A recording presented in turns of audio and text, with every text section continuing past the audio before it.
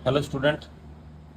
आज जो है मैं लेकर आया हूँ कक्षा 11 की जो विविध प्रश्नमाला है सांख्यिकी, चैप्टर नंबर 13, अध्याय 13 की सांख्यिकी विविध प्रश्नमाला, जिसमें से एक क्वेश्चन जो है वार्षिक परीक्षा में पूछा जाता है।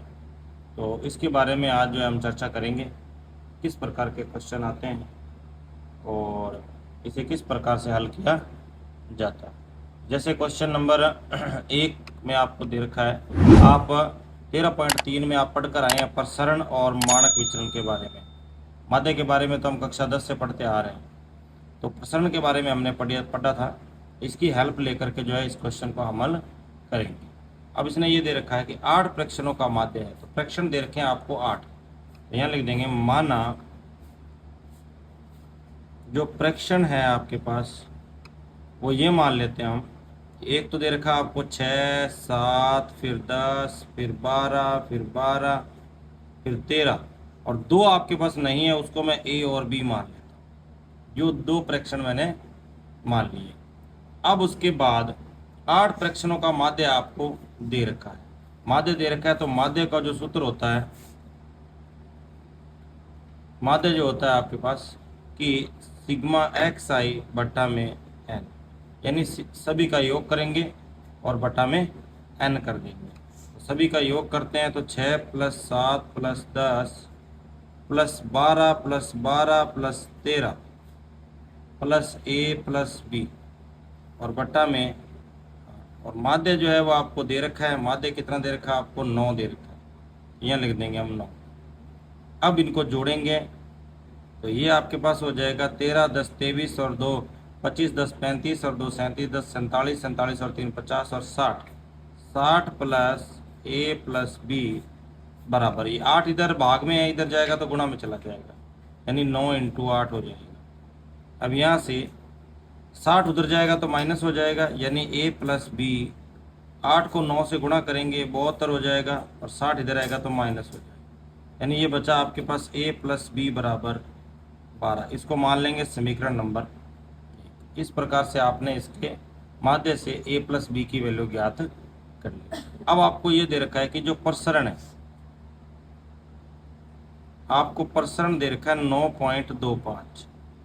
तो देखो, जो प्रसरण होता है इसका जो फॉर्मूला होता है वो ये वाला होता है, सिग्मा एक्स आई स्क्वायर बट्टा में एन माइनस एक्स की बार, यानी माध्य का स्क्वायर। ये इसका एक सूत्र होता है प्रसरण का। तो जब भी आपको प्रसरण या मानक विचलन दिया जाता है तो आप इस फॉर्मूले का यूज करते हैं, ध्यान रखेंगे आप इस बात का। अब यहाँ से इसके मान जो है वो हमें निकालने हैं स्क्वायर में।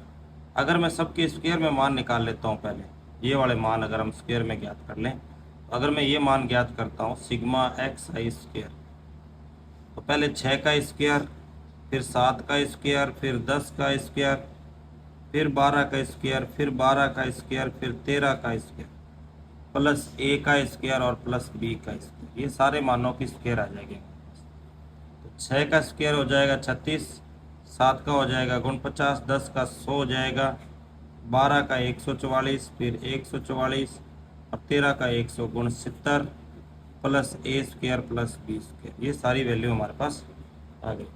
अब यहाँ से हम क्या करेंगे, इन सब को जोड़ लेंगे। अगर मैं इन सब को जोड़ता हूँ तो ये हो जाएंगे 6 और 9 15, 15 और 4 हो जाएंगे 19, 19 और 4 हो जाएंगे 23, 23 और 9 हो जाएंगे 32। 32 का आएगा आपके पास 2, असल बचेगी 3, 3 और 3 6, 6 और 4 10, 10 और 4 14, 14 और 4 18, 18 और 6 हो जाएंगे आपके पास 24 का 4, असल 2। तो 2 और 1 3, 4 5 और 6, 642 ए स्क्वायर प्लस बी स्क्वायर। ये पूरे की वैल्यू आ गई आपके पास सिग्मा एक्स आई की स्क्वायर की। अब यहाँ पर इसको समीकरण नंबर 2 में रख देंगे। अगर मैं इसको यहाँ पे रखते हैं इसके फॉर्मूले में, तो आपको प्रसरण जो है वो दे रखा है 9.25 दे रखा है। तो मैं इसकी जगह लिखता हूँ 9.25 बराबर सिग्मा एक्स आई स्क्वायर की वैल्यू ये वाली है हमारे पास, यानी 642 plus a square plus b square बट्टा में एन। एन आपको दे रखा है कितना? 8। फिर उसके बाद माइनस, जो आपने इसका क्या निकाला है माध्य, माध्य आपको क्या दे रखा है यहाँ पे? 9 दे रखा है। तो यहाँ से 9 का स्क्वायर हो जाए, इस तरह से हमने इसको हल कर लिया। अब आगे क्या है, यहाँ से हम क्या कर देंगे, इसका वज्र गुणा करेंगे, या कह देंगे 8 का सबसे गुणा करेंगे। अगर मैं 8 का सबसे गुणा करता हूँ, अगर मैं 8 का सबसे गुणा करूँ तो ये हो जाएगा 9.25 गुणा 8 बराबर 642 plus a square plus b square minus 9 का स्क्वायर हो जाएगा 81 इंटू 8, क्योंकि मैंने 8 का सबसे गुणा कर दिया, 8 को हल कर दिया नीचे वाले को। फिर इसको 8 से करेंगे, 8 पंजा 40, 8 2 16, 16 और 4 हो जाएंगे आपके पास 20, और 8 नहीं 72 और 2 74 हो जाएंगे, 2 छोड़ के पॉइंट लगा देंगे। 642 plus a square plus b square, 8 एका 8 और 8 आटा 64। अब यहाँ से आपके पास जो बचेगा 648 में से 642 को घटाते हैं तो a square plus b square minus 6 बचेगा, और इधर बचेगा आपके पास 74। यहाँ से 6 को इधर लाएंगे तो ये हो जाएगा प्लस का 74 प्लस 6 ए स्क्वायर प्लस बी स्क्वायर, इसकी वैल्यू हो जाएगी आपके पास 80। ये मान लो समीकरण नंबर 2। अब समीकरण 1 से समीकरण 2 में या तो ए की वैल्यू रख दो या बी की। ए की रखते हैं तो बी इधर आएगा माइनस हो जाएगा, तो यहाँ लिख देंगे कि समीकरण 1 से ए का मान समीकरण 2 में रखने पर, समीकरण 2 में रखेंगे तो 80 बराबर ए की जगह रखेंगे तो 12 माइनस बी प्लस 20। मैंने यहाँ से ए की वैल्यू रख दी, बी को इधर लेके आ गया, तो यहाँ से मान आ गया ए बराबर 12 माइनस बी, इसको रख दिया यहाँ पर। अब इसको सॉल्व कर लेंगे, 80 बराबर 12 का स्क्वायर हो जाएगा 144 माइनस 12 2 24 बी और प्लस बी स्क्वायर, तो फिर ये बी स्क्वायर। इसके लिए स्टूडेंट मैंने लगा दिया एक फॉर्मूला ए माइनस बी और इसका होल स्क्वायर, यानी a square minus 2ab plus b का स्क्वायर। ये इसकी एक सर्व समीकरण है, उसको मैंने इसमें यूज कर लिया है। अब उसके बाद अभी 80 इधर आएगा तो माइनस हो जाएगा, यानी A B 2b square minus के 24b, और इधर सी आएगा तो माइनस का हो जाएगा प्लस के 144, और 80 को इधर लाए तो माइनस के 80 हो गया, बराबर में 0।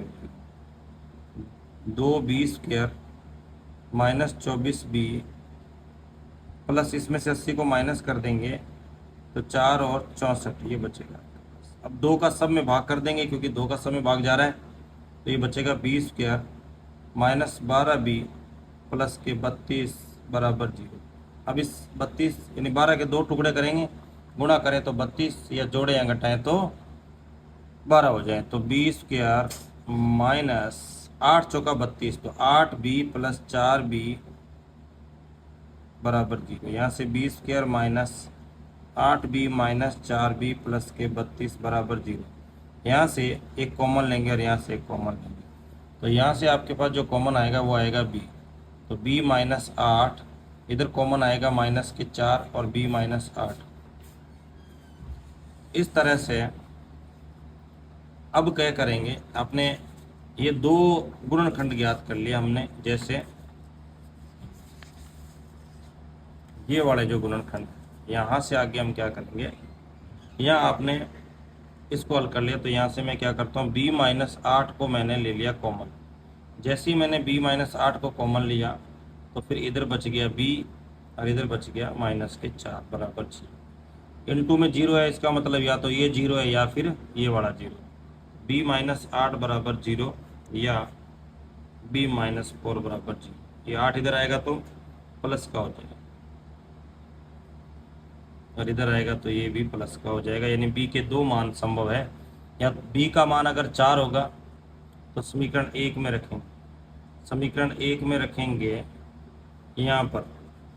अगर मैं समीकरण 1 में b का मान 4 रखता हूँ तो a का मान 8 आएगा, अगर मैं b का मान 8 रखता हूँ तो a का मान 4 आ जाएगा। इस तरह से a के 2 मान पॉसिबल हो जाएंगे, तो a का भी एक मान 4 आएगा और एक मान जो है वो 8 आएगा। इस तरह से आएगा समीकरण 1 से समीकरण 1 में रखने पर ये मान पॉसिबल है। ये 2 उत्तर आपको मिल जाएंगे। इस तरह से ये जो क्वेश्चन है वो आपका हो जाएगा।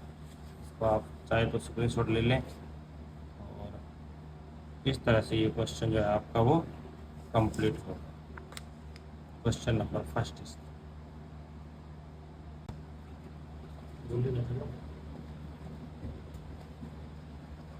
नेक्स्ट क्वेश्चन है स्टूडेंट, क्वेश्चन नंबर 2 इसका। ये फर्स्ट का बिल्कुल डिटो क्वेश्चन है, सेम क्वेश्चन है, थोड़ा ध्यान से समझेंगे इसको।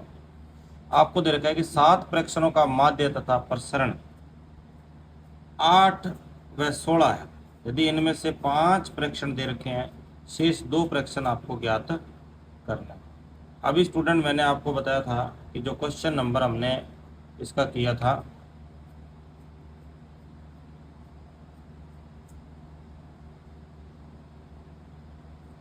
जो इनका क्वेश्चन नंबर हमने 1 किया था, उसके अंदर उसी प्रकार जैसे हमने माना था उसी प्रकार इसमें माना, तो लिख देंगे माना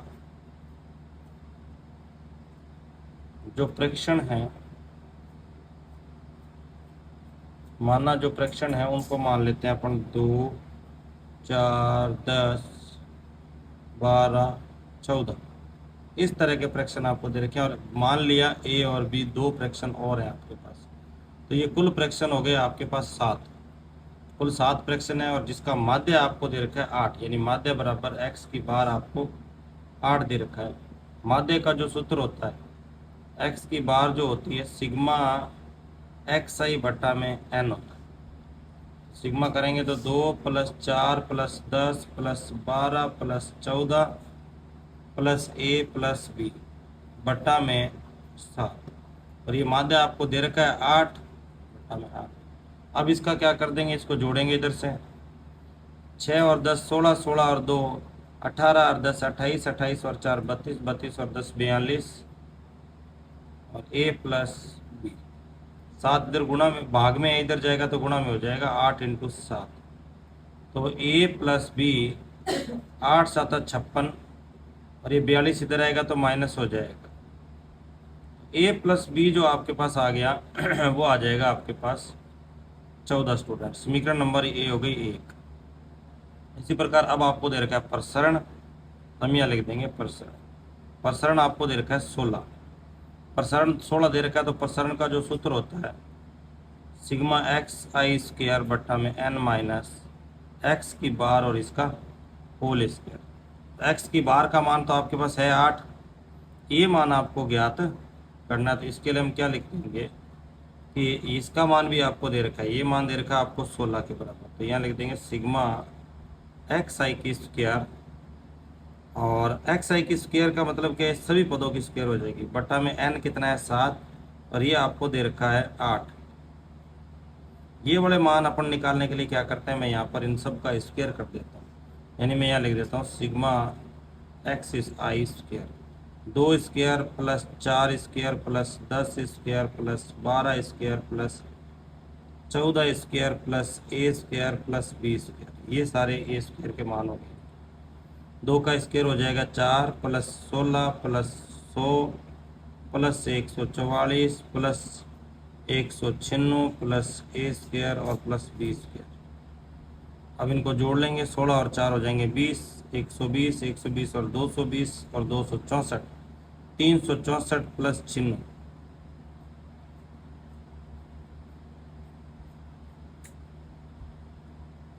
20, 6 और 4 हो जाएंगे 10, 15 और 1 16, 3 और 1 4। ये मान आ गया आपके पास किसका, यहाँ रख देंगे, तो 16 इसका मान आ गया 460 plus a square plus b square बट्टा में 7 माइनस 8 8 64। ये आप कार्य जो है वो रफ में भी कर सकते हैं, इसमें दर्शा भी सकते हैं, कोई प्रॉब्लम नहीं है।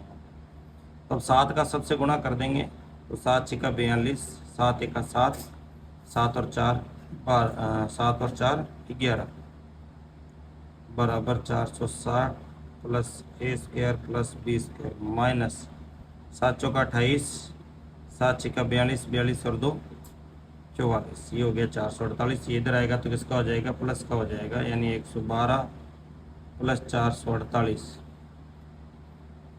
112 प्लस 448 और बराबर में 460।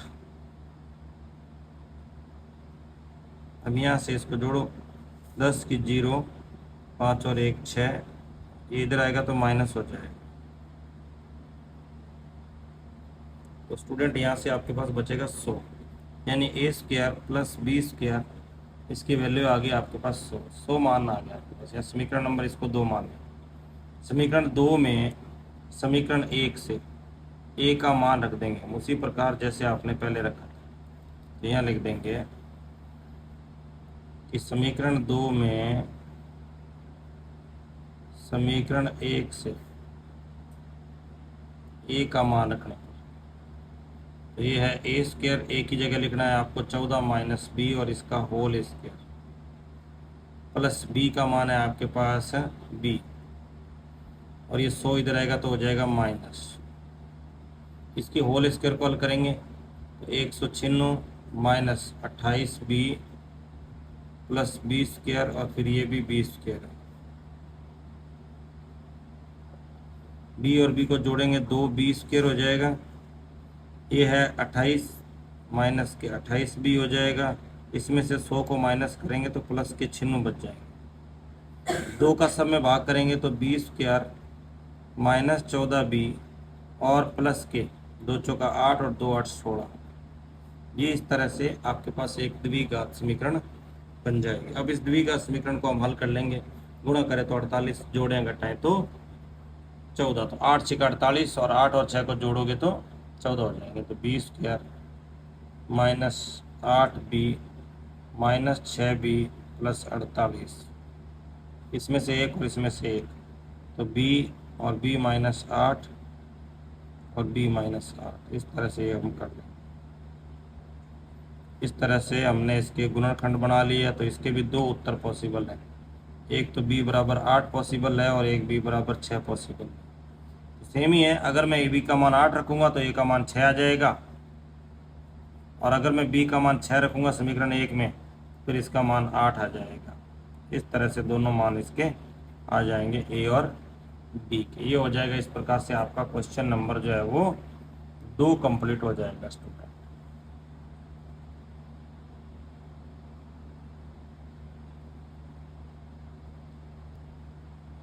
अब स्टूडेंट क्वेश्चन नंबर 3 आपके पास आपको दे रखा है कि 6 प्रश्नों का माध्य और मानक विचलन दे रखा है आपको 8 और 4, यानी कि आपको माध्य दे रखा है 8 और मानक विचलन, इसको बोलते हैं सिग्मा, मानक विचलन आपको दे रखा है 4।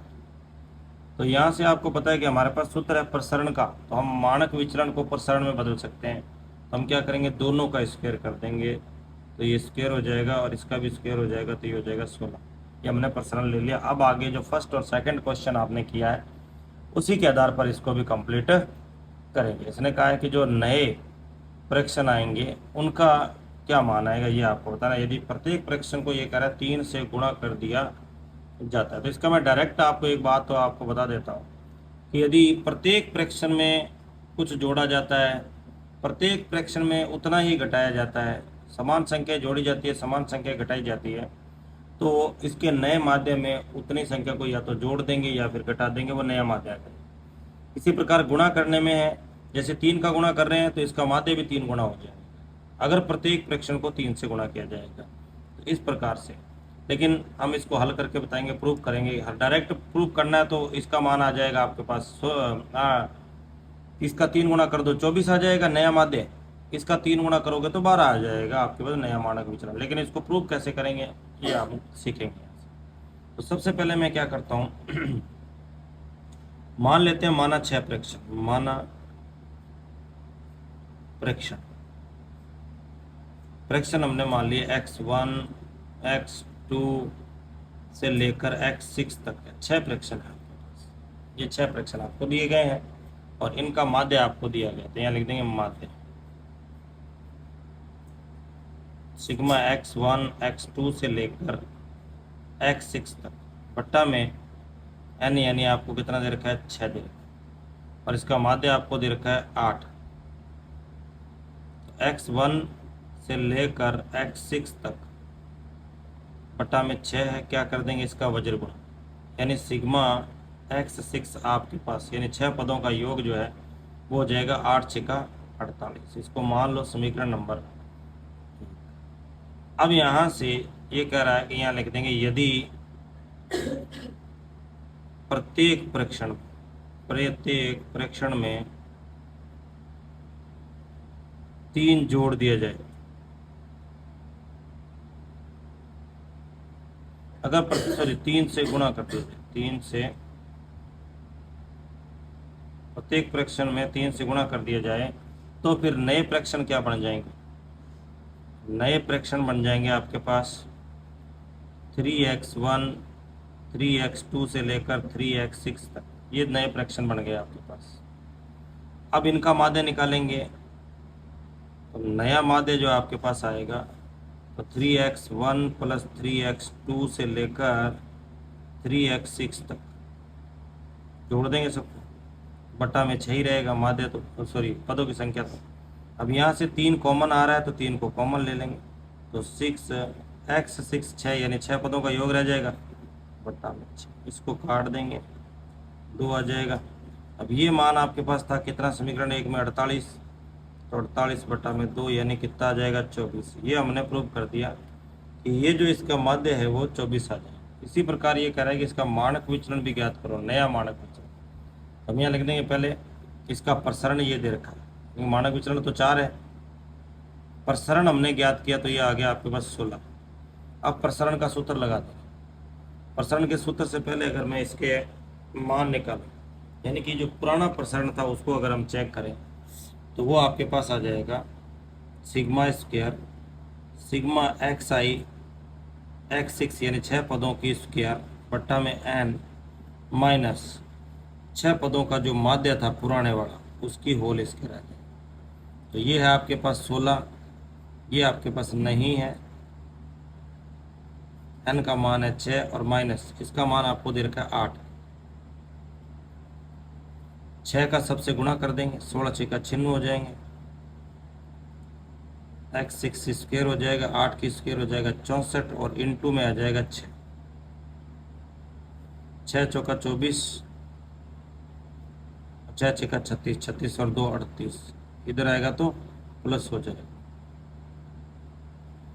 यानी ये आपके पास आ जाएगा 0, 17 और 1 18 का 8, 480।